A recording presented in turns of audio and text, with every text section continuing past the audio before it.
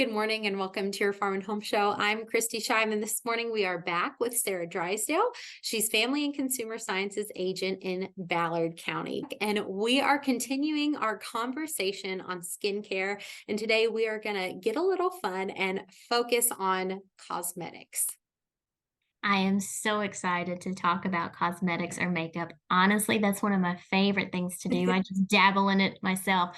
But I learned through all of my research that actually makeup was used as a slander term by Queen Victoria because back in the 1880s, it was only meant for stage performers to wear makeup, and those that wore it outside of the theater were considered vulgar because they were trying to disguise themselves. That's what makeup was used for in the theater. So I thought that was a really interesting fact.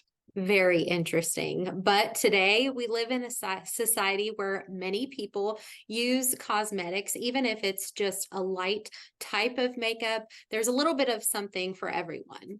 Oh, absolutely. So nowadays, while we can still disguise some things on our face, really it's more of an expression to maybe highlight your favorite part about yourself, whether that be your lips or your eyes or maybe even your cheeks. And it just gives you an overall feeling of, I look good today. So, how do we know what looks best for our face? Well, when we talk about doing a type of makeup, whether that be something really light, like a very easy tinted moisturizer, or a full coverage foundation, the most important thing is we need to know what our shade and our tones are. So, what I mean by a shade, I mean cosmetics are made in fair, light, medium, medium dark, and dark. So those are all your shades. And then underneath those shades, we have our tones. Our tones are cool, natural, and warm. And so how somebody determines their tones is they can actually look on the back of their arm to see what their skin tone is. So if I look at mine, I know I have tints of pink and blue. So I know I am a cool tone. Whereas my sister, she has tints of yellow and green. So she is a warm tone. So I know if I'm looking for a product, a different product to try, I go all the way to the fair section because I am fair skinned and I look for things that are made with the cool tones. And so that's kind of how we determine what we're looking for when we talk about doing a new shade of either foundation or concealer. Sarah, why is it so important to know what our shade is? It all goes back to when we look good, we feel good. Using makeup is a way to enhance our own natural beauties. So making sure that we match our skin as best as possible, it makes us look good. We feel more confident in ourselves. And if you have the wrong shade, your face can either look too light or it can look too dark. And then that just kind of throws you off your game sometimes. And we don't want that. Is there a way to get all of these products on a budget?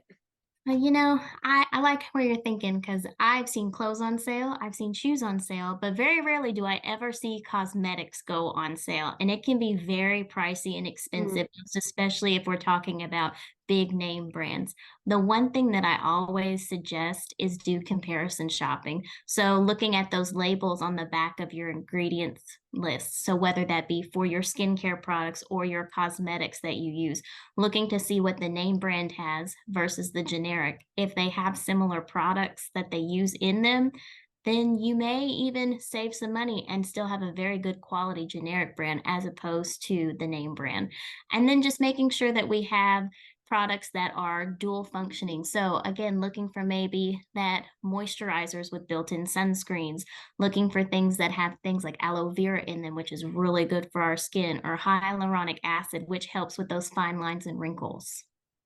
And Sarah, I do know that when we take good care of our skin, that's going to give us an overall better complexion, which I think is what many people are trying to achieve. Sarah, if someone wants more information on skincare, where can they get that? Well, your local extension office does have access to a publication called Skincare and Cosmetics, and that has a lot of good information in it. You can also go online to the American Academy of Dermatology Association, and they have a lot of good information about products that you can use and how to care for your aging skin depending on your age range. Sarah, thank you so much for bringing us such interesting and educational information. Thank you for joining us today on the Farm and Home Show, and we'll see you next time.